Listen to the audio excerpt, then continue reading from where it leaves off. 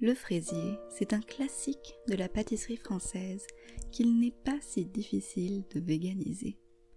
Mais comme beaucoup d'entremets, il prend un peu de temps à faire, mais ça vaut vraiment le coup.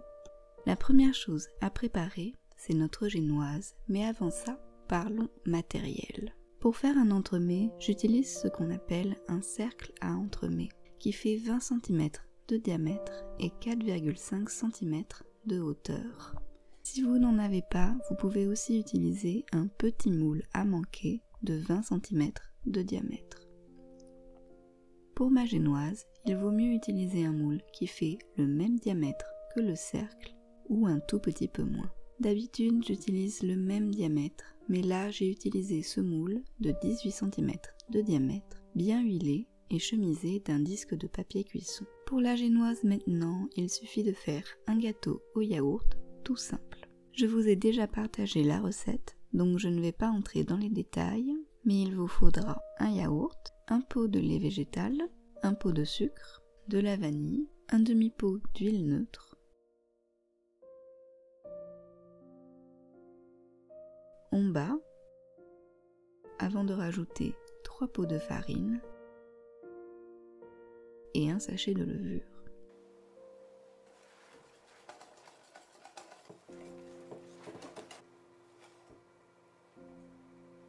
Quand la pâte est homogène, il ne manque plus qu'à la verser dans notre moule.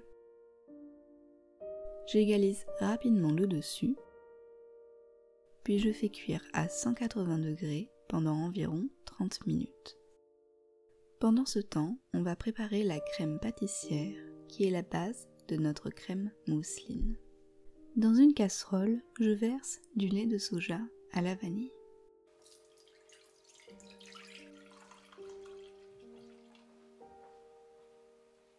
Et une partie de notre sucre, ce qui permet au lait de ne pas accrocher à la casserole. Je mets environ un tiers du sucre. Je mélange. Puis je fais chauffer le tout jusqu'à porter le lait à ébullition. Pendant que le lait chauffe, je prépare dans un grand saladier le reste des ingrédients. Le sucre et la fécule que je tamise. J'utilise de la poudre à crème, c'est ce qui donnera la couleur jaune à ma crème, mais vous pouvez utiliser de la maïzena avec une pointe de curcuma. J'ajoute pour la tenue une pincée d'agar-agar. Je pose mon saladier sur une planche pour ne pas abîmer mon plan de travail avec la chaleur.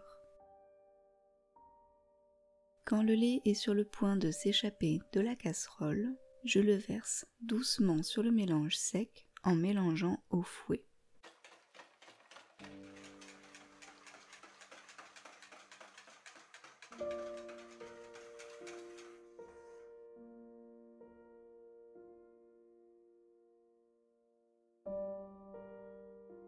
Quand tout est bien mélangé, je reverse le liquide dans la casserole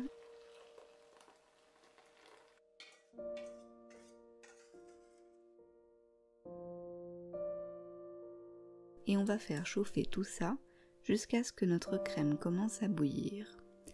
Elle doit devenir bien épaisse. À ce moment-là, je coupe le feu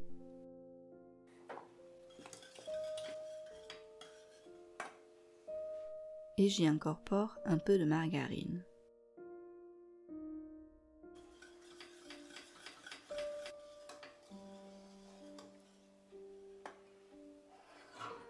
Puis je verse le tout dans un grand plat. C'est important de le faire dans un grand plat pour que la crème refroidisse rapidement. Il faut ensuite filmer la crème au contact pour éviter qu'une croûte se forme. Normalement, on utilise du film plastique, mais j'utilise du papier cuisson.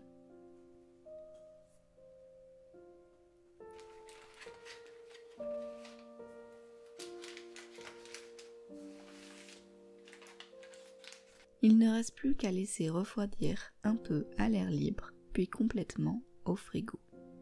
Je prépare maintenant mon sirop d'imbibage. Oui, c'est important, je vous en parlerai davantage sur le blog.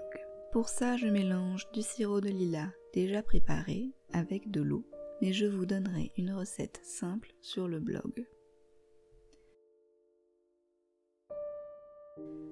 Tous nos éléments sont pratiquement prêts, on peut commencer à préparer l'assemblage. La première chose à faire, c'est de retirer à notre génoise complètement refroidie son petit japot.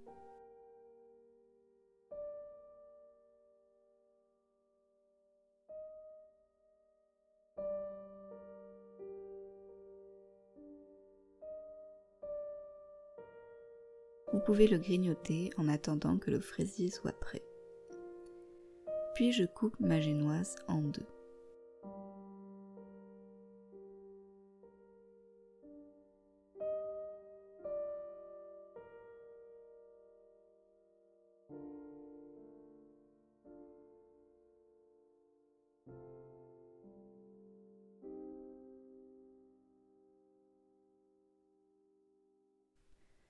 Je prépare mon cercle à entremets en le posant sur l'assiette où reposera le fraisier. Il faut maintenant mettre le rhodoïde à notre moule. C'est une bande de plastique qui permet à la crème de ne pas accrocher au reste du moule.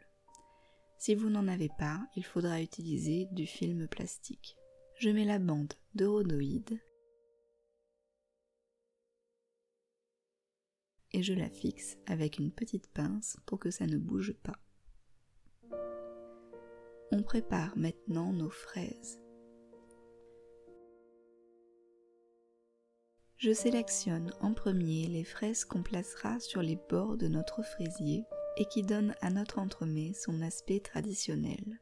Je prends les plus jolies fraises, j'essaye de sélectionner des fraises qui ont la même forme et la même taille. Le nombre dépendra de la taille de vos fraises. J'en prépare une douzaine. Il suffit ensuite de les équeuter, d'enlever les parties superficielles abîmées si besoin. Mes fraises n'étaient pas en grande forme, puis on les coupe en deux.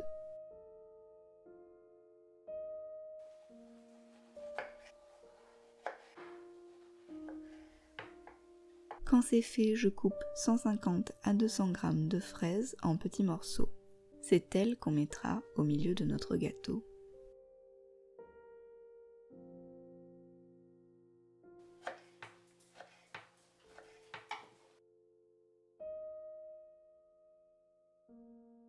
Il faut maintenant terminer la crème mousseline.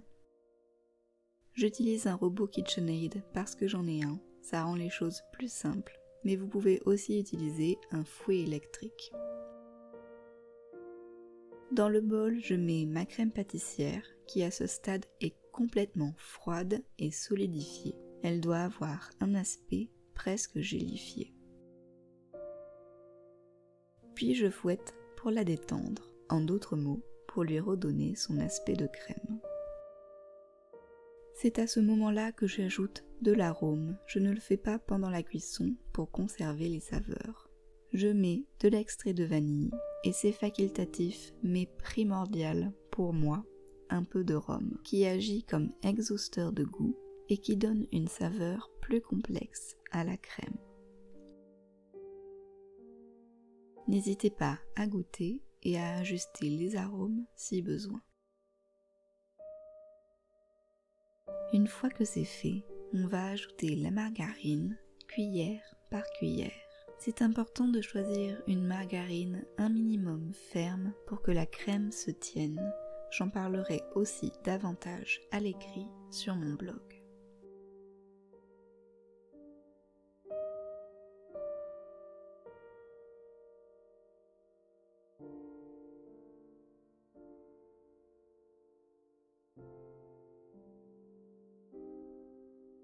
Voici notre crème mousseline terminée. On va la laisser au frigo pendant qu'on commence à monter l'entremets. Je place mon cercle bien au centre de mon plat, puis j'y dépose ma première couche de génoise en n'oubliant pas d'enlever le papier cuisson. On ajoute ensuite les fraises tout autour. Personnellement, je préfère lorsque les fraises sont posées directement sur la génoise, mais avec la taille de ma génoise, ce n'était pas possible. Vous pouvez faire comme vous voulez en coupant les fraises à la base si besoin pour qu'elles ne dépassent pas des bords du moule. Il faut ensuite puncher comme on dit ou imbiber notre génoise avec du sirop. C'est ce qui donne tout le moelleux au gâteau.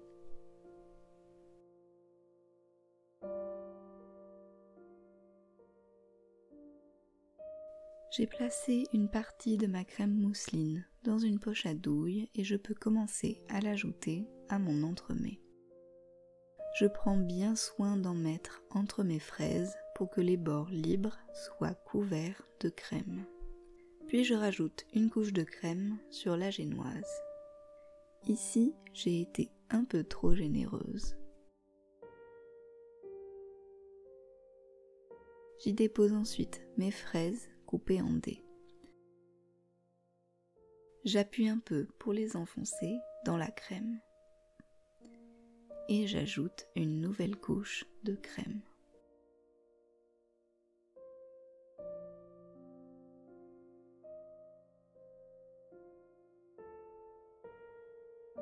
Je mets enfin par-dessus ma deuxième couche de génoise en appuyant pour qu'elle ne dépasse pas des bords du moule. On n'oublie pas d'imbiber la génoise avec du sirop.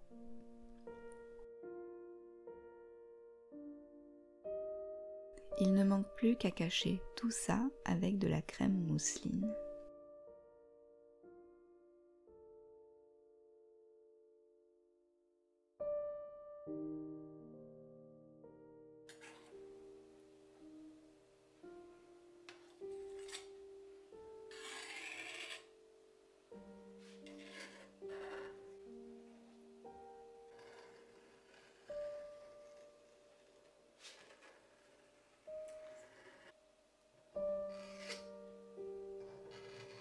Quand c'est terminé et que le dessus est majoritairement lisse, il faut laisser l'entremets prendre au frigo toute la nuit. Je l'ai posé sous une cloche avec des trous pour ne pas créer trop d'humidité. L'entremets a bien pris au frigo, je peux donc enlever mon cercle. N'hésitez pas à faire tourner le cercle en même temps pour éviter que le rhodoïde ne parte avec.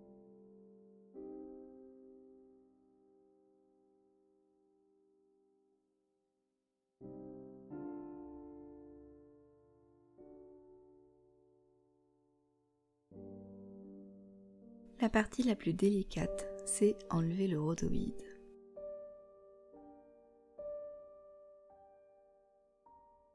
J'utilise une petite spatule ou le dos d'un couteau pour lisser la crème en même temps que je retire le rhodoïde.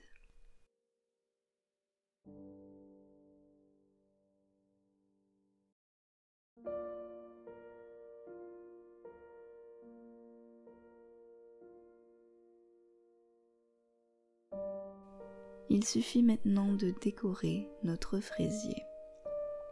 Traditionnellement, on le recouvre d'une fine couche de pâte d'amande. J'avais envie de faire autrement, même si je ne suis pas très douée en décoration. J'ai donc décoré avec la crème mousseline qui me restait. Puis j'ai rajouté des fraises coupées en deux ou en quart.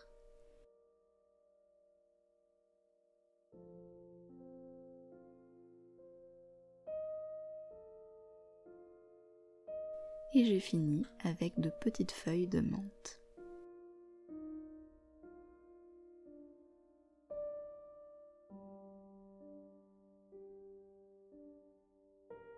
Le fraisier peut maintenant patienter au frigo jusqu'au moment de la dégustation. Voici l'intérieur du gâteau, on l'avait déjà bien entamé, mais je voulais quand même vous le montrer. Voilà pour cette recette, en soi ce n'est pas extrêmement difficile, mais ça demande quelques gestes techniques. Si vous n'êtes pas équipé, je vous encourage à le faire sous forme de verrine. C'est plus simple, moins stressant et tout aussi joli. J'espère que cette recette vous a plu, toutes les instructions et les quantités sont sur mon blog. Le lien se trouve juste en bas dans la description. Je vous invite vraiment à lire l'article car je rajouterai plein d'informations sur la technique et les différents ingrédients utilisés. Si ça vous a plu, n'oubliez pas de me mettre un petit pouce bleu, un commentaire et à vous abonner si ça vous dit. En attendant la prochaine vidéo, je vous fais des gros bisous et je vous dis à bientôt.